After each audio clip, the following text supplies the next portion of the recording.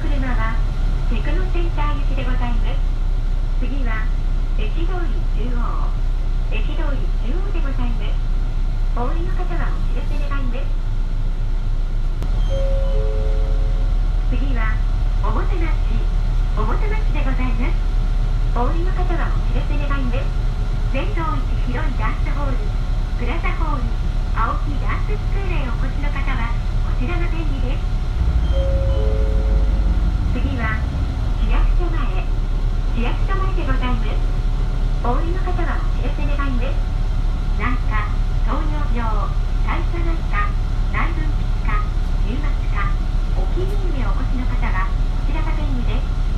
市民活動センターをご利用の方はこちらで降りられると便利です。新築、リフォーム、建物のことなら信頼と実績のある中継ハウス株式会社までご相談ください。次は王子総合病院前でございます。お降りの方はお知らせ願います。銭湯を願う心を大事にしたい藤本石大です。お墓を建てる、居住する、介護をする人もいると、お墓に関することは高岡霊園前の藤本石大店へお任せください。次は芝町1丁目でございます。お降りの方はお知らせ願います。